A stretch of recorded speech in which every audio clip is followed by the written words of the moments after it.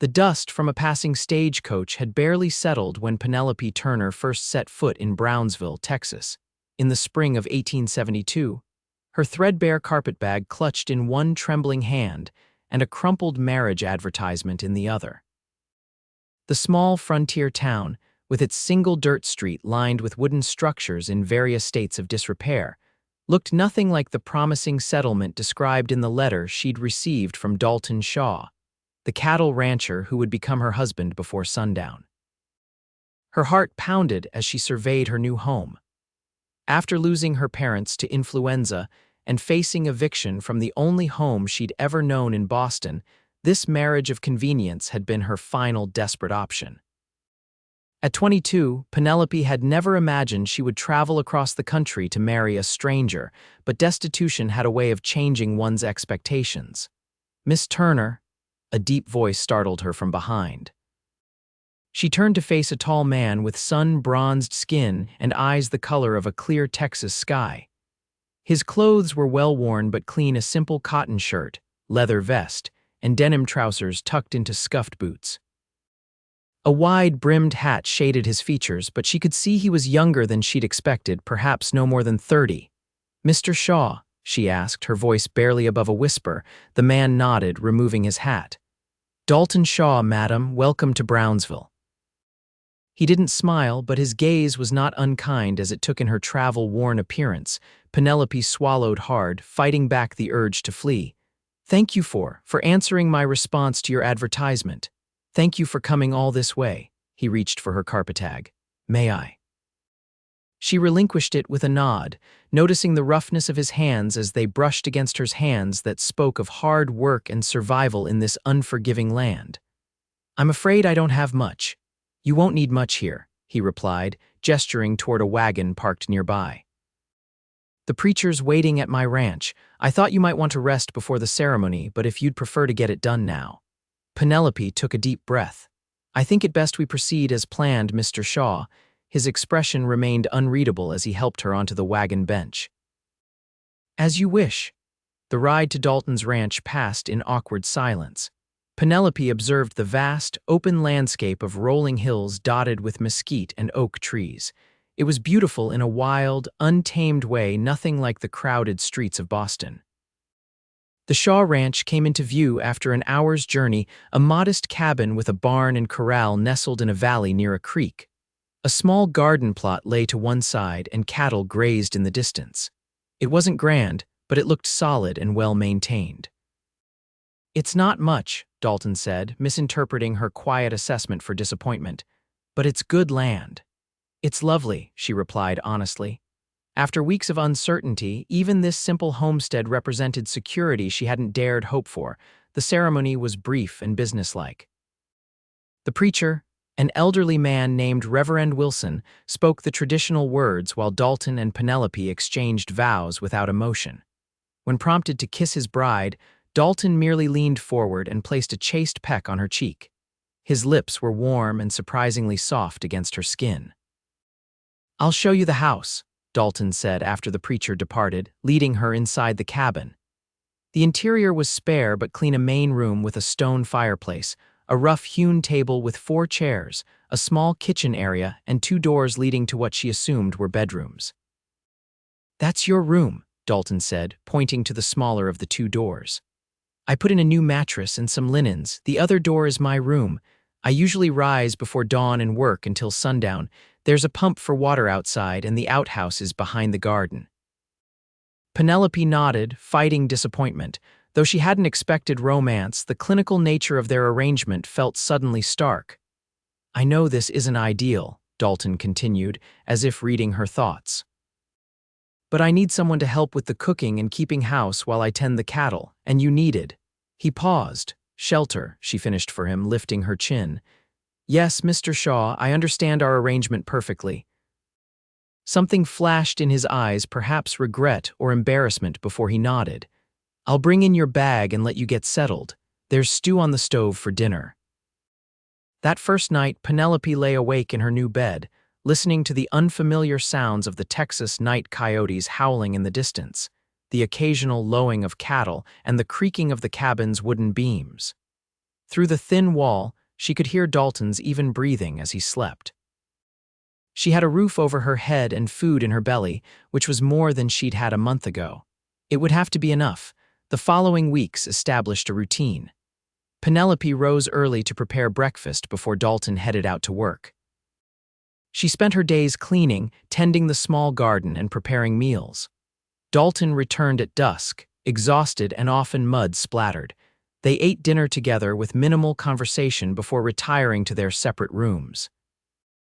One evening, as June's heat settled over the land, Penelope served a rabbit stew she'd made from game Dalton had brought home. "This is good," he said, the compliment startling her after weeks of polite nods. "Thank you. My mother taught me to cook." Dalton hesitated, then asked, "What was your life like? Before, I mean." Penelope set down her spoon, surprised by his interest. "My father was a bookkeeper for a textile mill in Boston. We lived modestly but comfortably until he and my mother fell ill last winter. The medical bills." She swallowed hard. "After they died, there was nothing left. The landlord gave me 2 weeks to vacate." Dalton's expression softened. "I'm sorry." "What about you?" she asked, seizing the opportunity for conversation. "Have you always been a rancher?" He shook his head. "My pa brought us to Texas when I was 12. He built this place from nothing. When he died 3 years ago, I took over. Been building the herd slowly, hoping to have something worthwhile someday."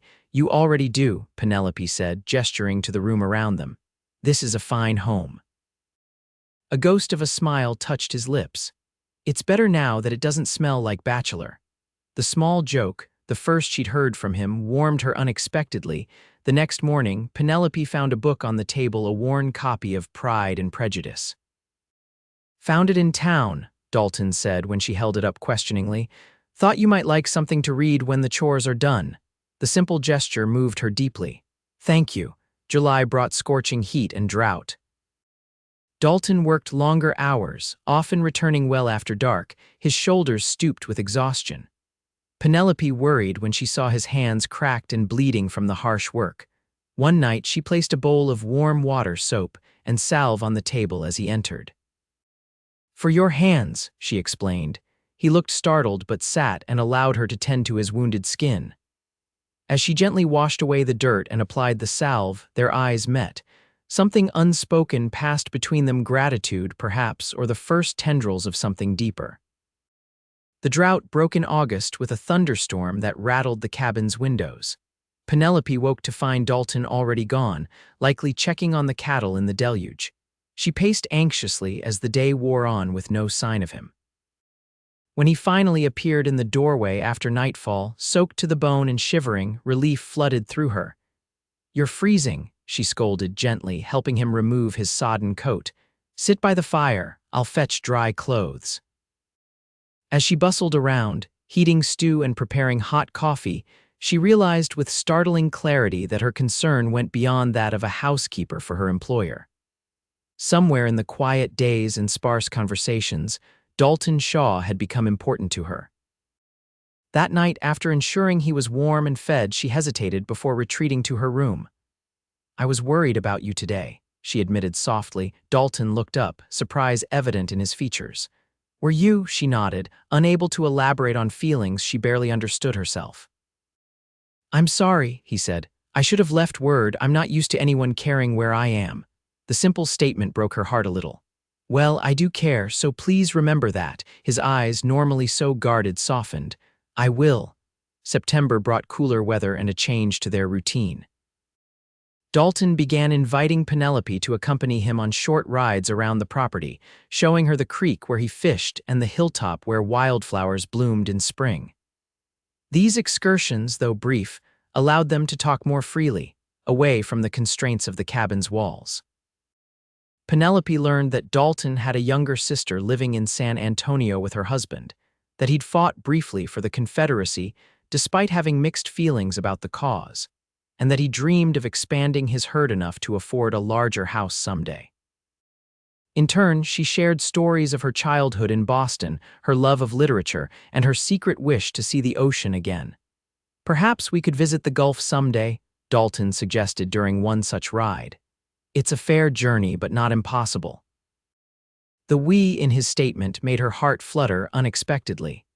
It was the first time he'd spoken of their future together as something beyond their practical arrangement. As autumn approached, Dalton mentioned the upcoming Harvest Festival in Brownsville. "Would you like to go?" he asked over breakfast. "It might be nice for you to meet more people from town." Penelope realized she'd barely interacted with anyone besides Dalton since arriving in Texas. "I'd like that very much." The day of the festival dawned clear and cool. Penelope wore her best dress, a blue cotton frock that had seen better days but was still presentable. When she emerged from her room, she found Dalton waiting in freshly pressed clothes, his hair neatly combed. "You look lovely," he said, the compliment clearly unpracticed but sincere. Her cheeks warmed. "Thank you, you look quite handsome yourself." The festival transformed Brownsville's Main Street into a lively gathering. Trestle tables laden with food stretched down one side while musicians played fiddle and banjo on a makeshift stage. Children raced between adults, their laughter carrying on the autumn breeze. "Mrs. Shaw," a woman's voice called. A plump, friendly-faced woman approached. "I'm Martha Collins, the doctor's wife. We're so pleased to finally meet Dalton's bride." Penelope shook her hand, aware of Dalton's presence beside her. "It's a pleasure to meet you too." Throughout the day, more townspeople introduced themselves. Penelope realized that while she'd been adjusting to life at the ranch, Dalton had apparently spoken of her to others. The thought warmed her unexpectedly. "Would you like to dance?" Dalton asked as the musicians struck up a lively tune. She nodded, surprised by the invitation. His hand on the small of her back guided her to the area cleared for dancing. They moved somewhat stiffly at first, but soon found their rhythm. When Dalton smiled down at her, a genuine smile that reached his eyes, Penelope felt something shift between them. As the day waned into evening, lanterns were lit around the square, casting a golden glow over the festivities. Dalton kept her close, his hand occasionally brushing hers in a way that seemed deliberate rather than accidental. On the ride home, sitting closer than usual on the wagon bench, Penelope gathered her courage. "Thank you for today. It was wonderful to meet everyone." Dalton nodded, his profile strong in the moonlight. "They've been curious about you. I'm afraid I haven't said much, not because I'm not proud to have you as my wife, but because ours is not a conventional marriage," she finished for him. He looked at her then, his expression unreadable in the darkness.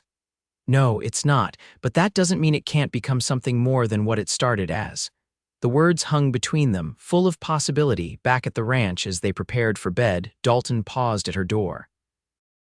"Good night, Penelope." It was the first time he'd used her given name instead of Mrs. Shaw, and the intimacy of it made her breath catch. "Good night, Dalton." That night, lying in her narrow bed, Penelope acknowledged the truth she'd been avoiding. She was falling in love with her husband. October brought cattle buyers to the region. Dalton spent long days negotiating sales that would sustain them through the winter. The money from these transactions represented security, but also opportunity. One evening, he returned with packages from town. "For you," he said, placing them on the table. Penelope unwrapped them to find fabric for new dresses, a pair of leather boots, and a beautiful wool shawl. "Dalton, this is too much. You've been making do with too little for too long," he replied firmly. "The cattle brought a good price. We can afford it."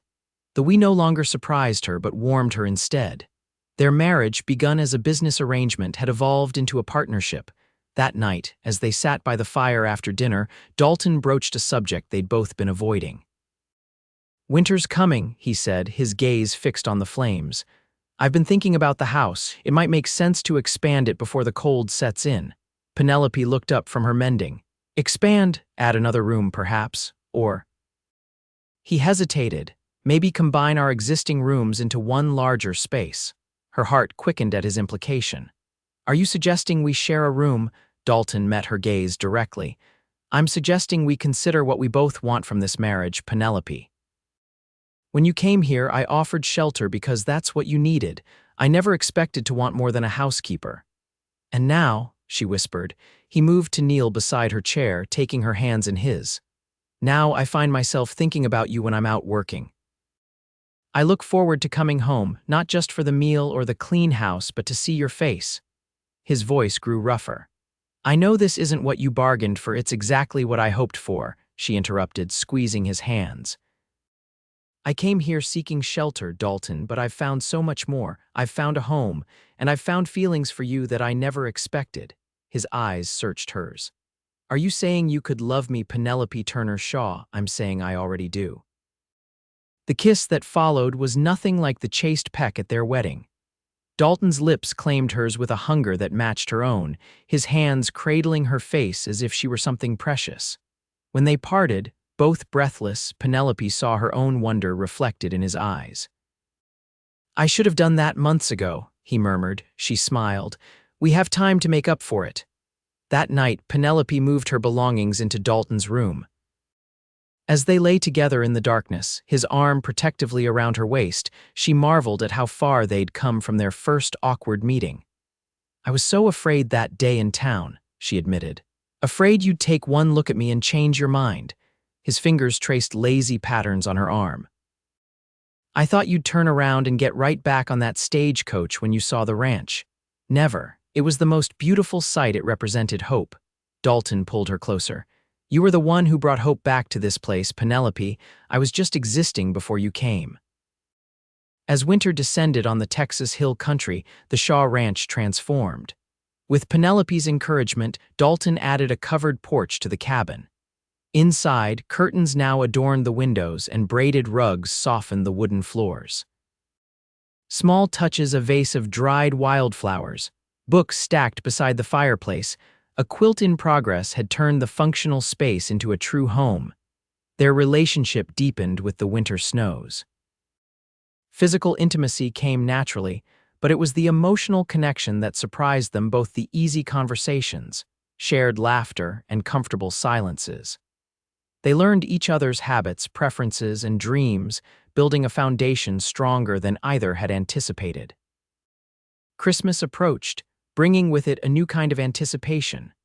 Penelope had never had much reason to celebrate the holiday, but now found herself planning special meals and small surprises for Dalton. On Christmas Eve, after a dinner of roast chicken and apple pie, Dalton presented her with a small package wrapped in brown paper. "What's this?" she asked, touched by the gesture. "Open it and see." Inside was a silver locket on a delicate chain. When she opened it, she found a tiny sketch of their cabin inside. "Dalton, it's beautiful." Tears pricked her eyes. "But I don't have anything nearly so fine for you." He took her hands in his. "You've given me everything already, Penelope. But there is one gift you could give me if you're willing." "Anything?" His smile was tender as he said, "I'd like us to try for a child." The words stole her breath. They hadn't discussed children, though their increasingly passionate marriage certainly made the possibility real. "A child," she repeated, imagining a little boy with Dalton's eyes or a girl with his determined spirit. "Our child." "If you're not ready, I am," she interrupted, her heart full. "I want that too." His kiss was gentle, reverent. "Then that will be the best gift of all." The new year brought change to Brownsville. The railroad was coming, bringing with it promises of prosperity and growth. Dalton, always forward-thinking, recognized the opportunity this presented. "Land values will increase," he explained over dinner one January evening. "And the railroad will make it easier to get cattle to market." Penelope nodded, appreciating his business acumen. "What does that mean for us?" "It means we could expand, buy more cattle, maybe more land." He hesitated. "Or we could sell and move closer to town if that would make you happier." "Leave the ranch?" The thought startled her. "Why would I want that?" Dalton looked down at his plate. "I know this life is hard, especially for a woman used to city conveniences. I wouldn't blame you for wanting something easier."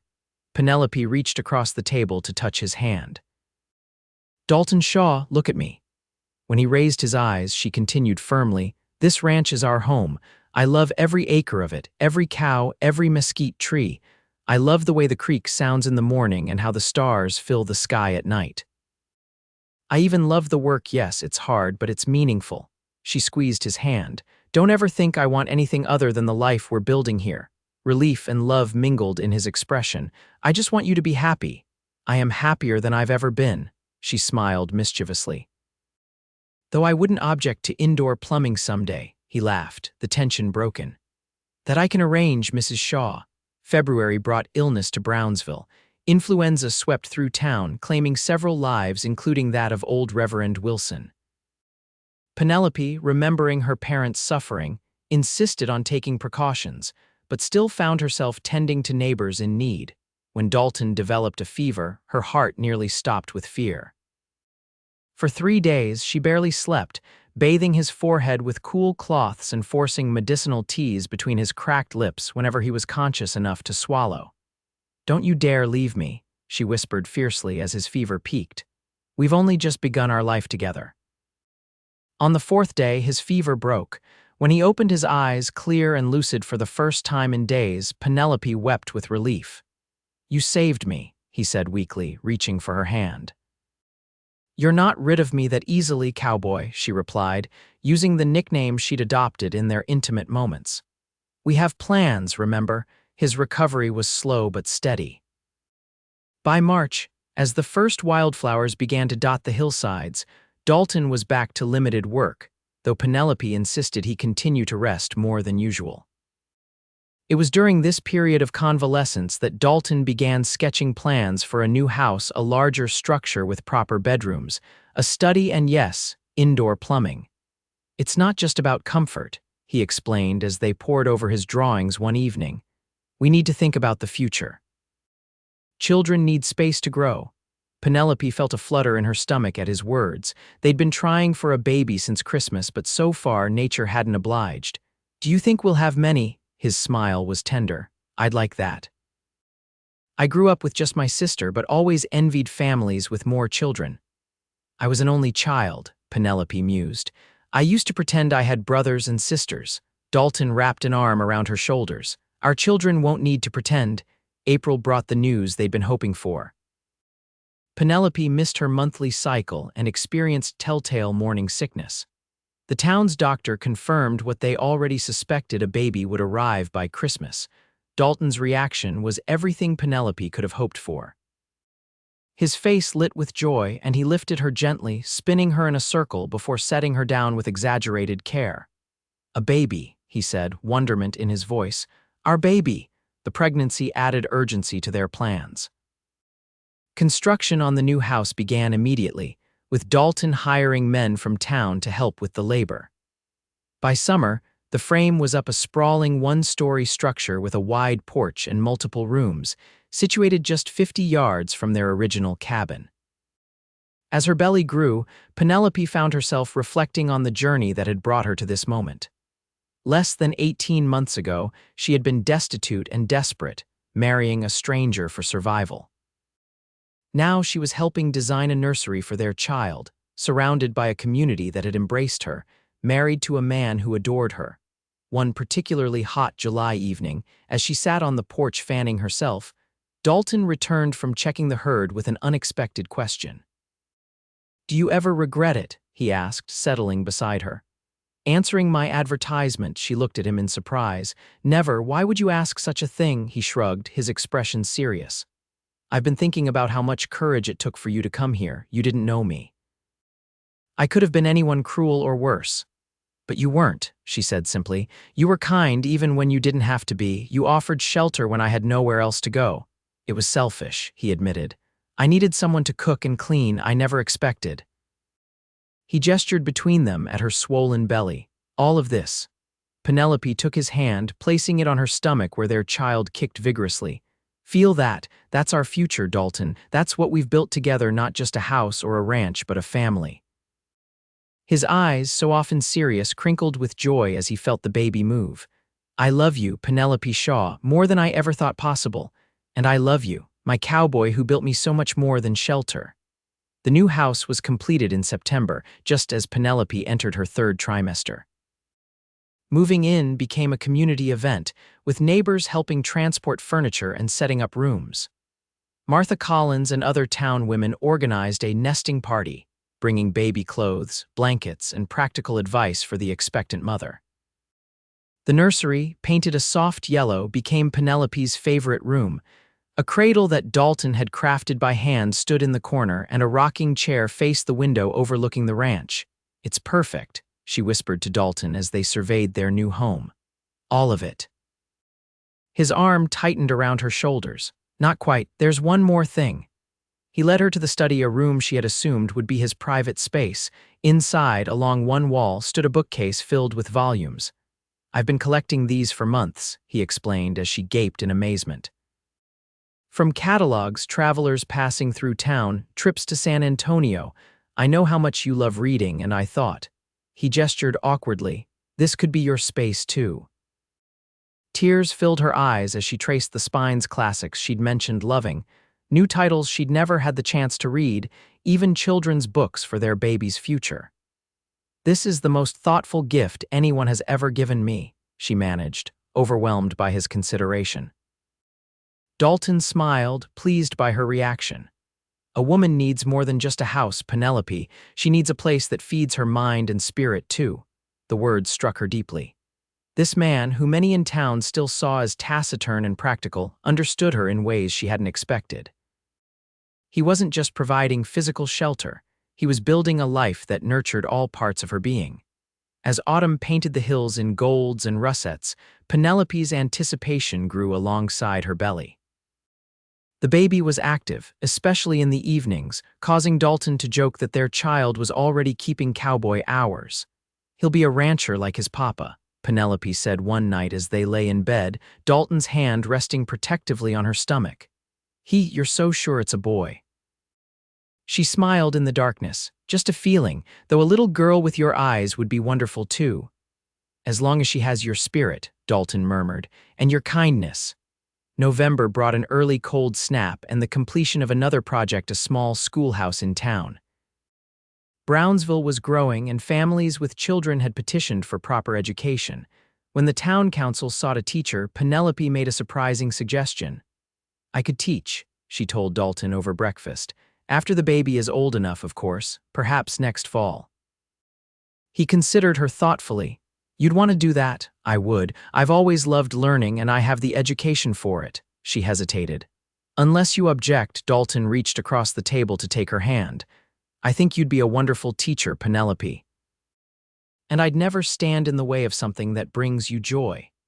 His support meant everything. This marriage, begun for such practical reasons, had evolved into a partnership where both their dreams mattered. As December arrived, Penelope's time drew near.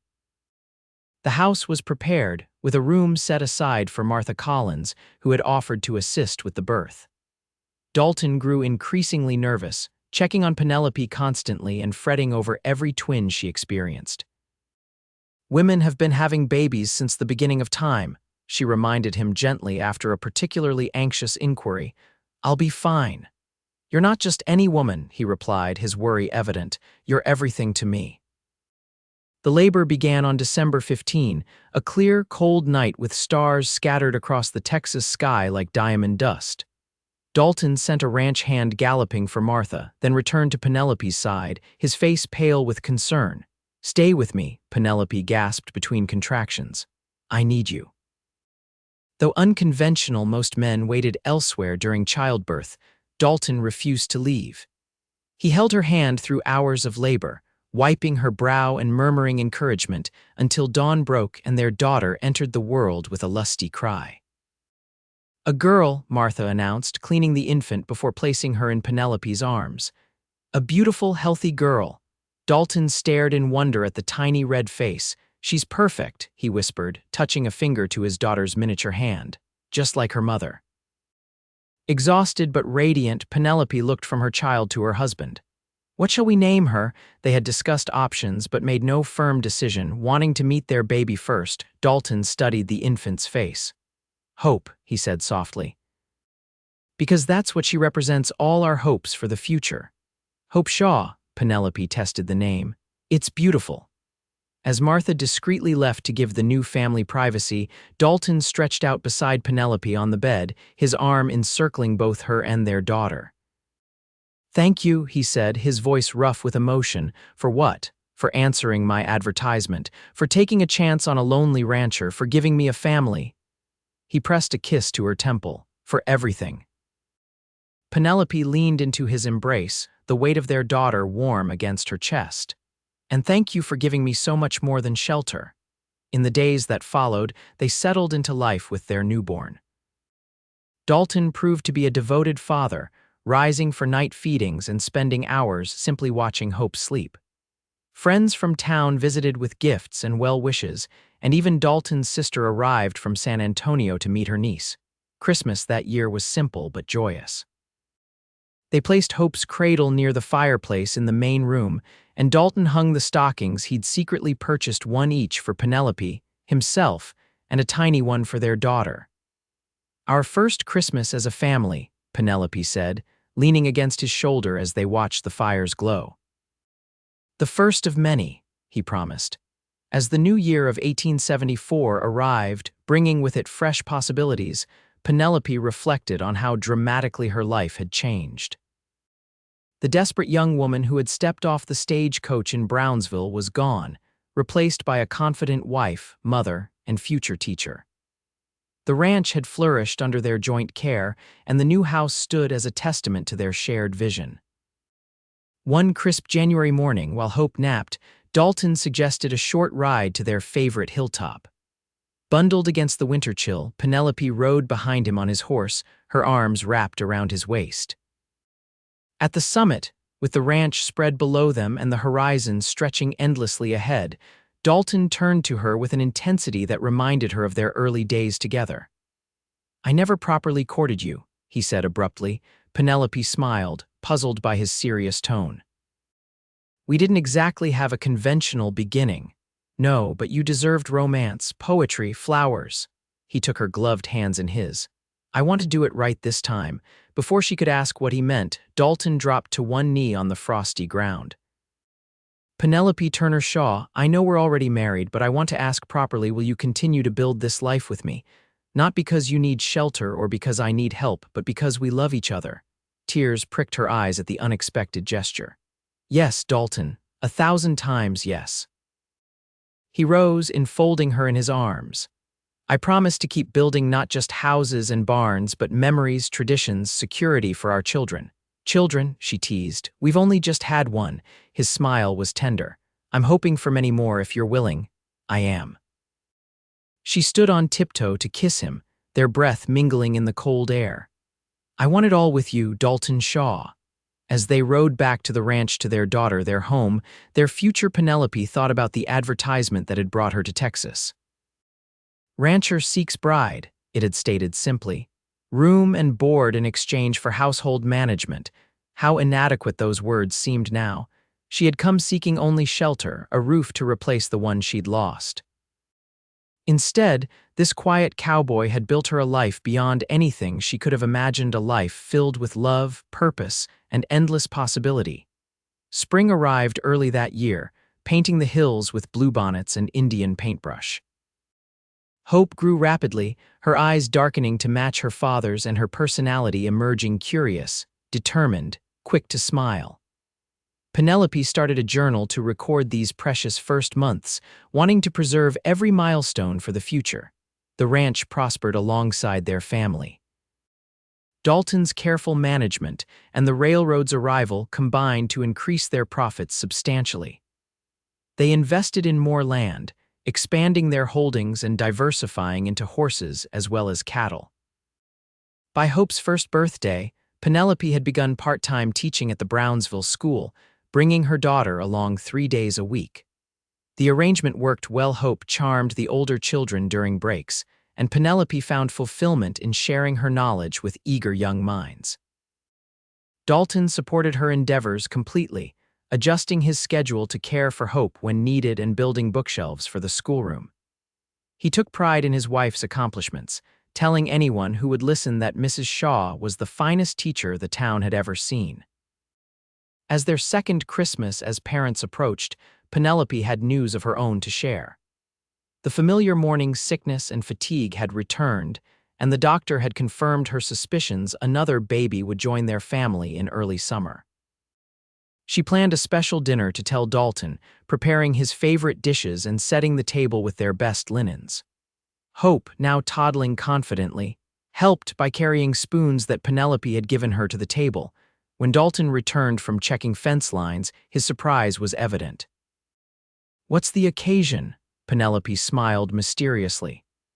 Can't a woman prepare a nice meal for her husband without a reason? They ate by candlelight, discussing the day's events and laughing at Hope's attempts to feed herself. After the little girl was tucked into bed, Penelope brought out a small package tied with string. An early Christmas gift, she explained, placing it in his hands. Dalton unwrapped it curiously, revealing a tiny knitted bootie. He stared at it for a long moment before understanding dawned. Penelope, his voice was hushed with wonder. Are you? She nodded, her eyes shining. In June, we're having another baby. His whoop of joy startled the cat dozing by the fire. In 2 strides, he was around the table, lifting Penelope into his arms and spinning her gently. Another child, he marveled, setting her down carefully. Hope will be a big sister. Are you happy? She asked, though his reaction left little doubt. Ecstatic. He placed a hand on her still flat stomach. Our family is growing just as we hoped. That night, as they lay together in the darkness, Dalton's arm protectively around her waist, he whispered, I never thought I could be this happy, Penny. The nickname was new, tender, and intimate. Nor did I, she replied honestly. When I came to Texas, I was just trying to survive. I never dreamed I'd find this kind of joy. His fingers traced gentle patterns on her arm. Do you remember what you said when I asked if you regretted answering my advertisement? That I never had. It's still true. I think about that desperate rancher who placed that advertisement, how lonely he was, how unaware of what was missing from his life. His voice grew rough with emotion. I didn't just need a housekeeper. I needed you, specifically you, with your strength and your kindness and your way of making this house a home. Penelope turned in his arms to face him. And I needed more than shelter. I needed purpose and partnership. I needed someone who saw me as valuable beyond my domestic skills. She touched his face tenderly. I needed you, Dalton Shaw. The months passed in a blur of activity. Hope's vocabulary expanded daily, delighting her parents with new words and phrases. The ranch continued to thrive, allowing Dalton to hire additional help that freed more of his time for family. Spring brought the completion of another project, a small lending library attached to the schoolhouse, funded largely by the Shaws. Penelope oversaw the selection of books, ensuring a mix of practical knowledge and literature that would benefit the growing community. You're building something important, Dalton told her as they arranged volumes on the new shelves. Education changes lives. We're building it together, she corrected him, just like everything else. Their son, Daniel, arrived on a warm June evening in 1875, a quick, relatively easy birth compared to Hope's. He had Penelope's auburn hair and a serious expression that reminded everyone of his father. He's got your thoughtful nature, Penelope teased Dalton as they watched their newborn sleep. He's been observing everything since the moment he arrived. Hope, not quite 18 months old, approached her brother's cradle with curiosity. Baby, she said solemnly, patting his blanket. Hope's baby. That's right, sweetheart, Dalton said, lifting her to see better. This is your brother, Daniel. You're going to be friends forever. The image of her husband holding their daughter while gazing at their son filled Penelope with such profound happiness that tears sprang to her eyes. This family, they had created this love that had grown from such practical beginnings, was the greatest blessing of her life. Life with 2 small children proved busy but fulfilling. Penelope took a temporary break from teaching, focusing on their family while planning to return once Daniel was a bit older. The rhythm of their days centered around the children's needs, the ranch's operations, and the moments they carved out for themselves as a couple. Those moments became even more precious with their increased responsibilities. Dalton made it a priority to spend time alone with Penelope regularly, sometimes just a quiet cup of coffee at dawn before the children woke. Other times a ride to their special hilltop, while a neighbor watched the little ones. We need to remember we're not just parents, he told her during one such escape. We're partners first. His wisdom surprised and touched her. This man, who had once seemed so taciturn, had developed an emotional intelligence that matched his practical nature. By the autumn of 1876, with Hope approaching 3 and Daniel past his first birthday, Penelope began feeling restless. She loved motherhood deeply, but missed the intellectual stimulation of teaching and community involvement. One evening, after the children were asleep, she broached the subject with Dalton. "I've been thinking about returning to the schoolhouse, perhaps 2 days a week initially. Mrs. Rodriguez has offered to watch the children." She waited nervously for his response, unsure how he would feel about this change to their arrangement. Dalton considered for a moment, then said, "I think that's a fine idea. The town needs you, and I know how much you enjoy teaching." He reached for her hand. "You're more than just a mother and wife, Penelope. You're a woman with talents that benefit the whole community." Relief and gratitude washed over her. "Thank you for understanding." He shook his head slightly. "Don't thank me for supporting what makes you happy. That's my job as your husband, not to limit you, but to help you flourish." The words reminded her how far they'd come from their original arrangement. This was a true partnership now, built on mutual respect and genuine love. Penelope returned to teaching that fall, bringing new ideas and enthusiasm to the growing school. Under her influence, enrollment increased, and soon the town council was discussing the need for an additional teacher. Christmas 1876 marked another milestone. They hosted a large gathering at the ranch, with neighbors, friends, and even Dalton's sister's family attending. The house, decorated with evergreen boughs and candles, rang with laughter and conversation. "You've created something special here," Martha Collins commented as she helped Penelope serve dessert. "This ranch has become the heart of the community." "We've been blessed," Penelope acknowledged, watching Dalton lift Hope onto his shoulders while balancing Daniel on his hip. "More than I ever dreamed possible." Later, after the guests had departed and the children were asleep, Dalton and Penelope sat before the fire, sharing the comfortable silence of a couple secure in their connection. "I have something for you," Dalton said eventually, retrieving a package from his desk. Penelope unwrapped it to find a leather-bound book with blank pages. On the cover was etched, "The Shaw Family Chronicles." "I thought you might want to record our story," he explained. "For the children and maybe their children someday." She ran her fingers over the fine leather. "Where would I begin?" he smiled, taking her hand. "How about with a desperate young woman stepping off a stagecoach and a lonely rancher offering shelter?" "A good beginning," she agreed. "But the middle is even better. And the ending," she leaned against him, content. "We're still writing that part." The years that followed brought both joy and challenges. The ranch expanded, and their family grew with the arrival of twin girls, Emma and Elizabeth, in the spring of 1878. 4 children under 6 made for chaotic, love-filled days. Penelope divided her time between family, teaching, and community work.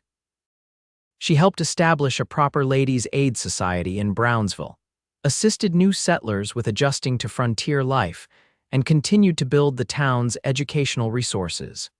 Dalton, meanwhile, gained respect throughout the region as a fair businessman and innovative rancher. His methods for land management and cattle breeding were adopted by others, and he was elected to the town council, where his practical wisdom proved valuable. Together, they weathered the inevitable hardships of life, periods of drought that threatened the ranch, childhood illnesses that kept them awake for days, economic downturns that required careful budgeting. But through it all, their partnership remained strong, their commitment to each other unwavering. By 1882, a decade after Penelope's arrival in Brownsville, the Shaw Ranch had become one of the most prosperous in the county.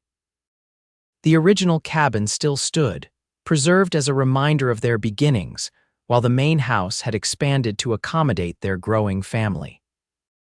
On the anniversary of their wedding day that year, Dalton arranged a proper honeymoon trip to San Antonio, with the children staying under the watchful care of his sister and her husband. "We never had one," he explained as they boarded the train. 10 years seems long enough to wait." The week away reminded them of the couple they had been before parenthood: adventurous, passionate, deeply connected. They explored the city, ate in fine restaurants, and enjoyed uninterrupted conversations that stretched late into the night. On their final evening, sitting on the balcony of their hotel, Dalton took Penelope's hand. "Do you ever wonder what would have happened if you hadn't answered my advertisement?" She considered the question. "Sometimes." I might have found work in another city or married someone else out of necessity. And I'd still be that lonely rancher, eating burnt beans and wearing shirts with missing buttons, he joked. She smiled, but her eyes were serious. We found each other when we needed it most. Some might call that coincidence, but I prefer to think it was meant to be. Dalton nodded, his thumb tracing circles on her palm. I never believed in fate until you stepped off that stagecoach. As they returned to the ranch and their waiting children, Penelope reflected on the journey they had shared. From a marriage of convenience to a union of deep love and respect, from a simple cabin to a thriving homestead, from strangers to partners, in every sense they had built something extraordinary together. That night, after tucking their children into bed, Hope, now 9 and reading independently, Daniel, 7 and fascinated by ranch operations, the twins, 4 and inseparable Penelope, found Dalton on the porch, gazing at the stars. She joined him, slipping her arm around his waist. "What are you thinking about?" "The future," he replied, pulling her close. "Hope will be wanting to attend that boarding school in Austin soon. Daniel's already talking about expanding the horse breeding operation. The twins will need proper education too." "We'll manage," she assured him. "We always have." He turned to face her, his expression earnest in the moonlight.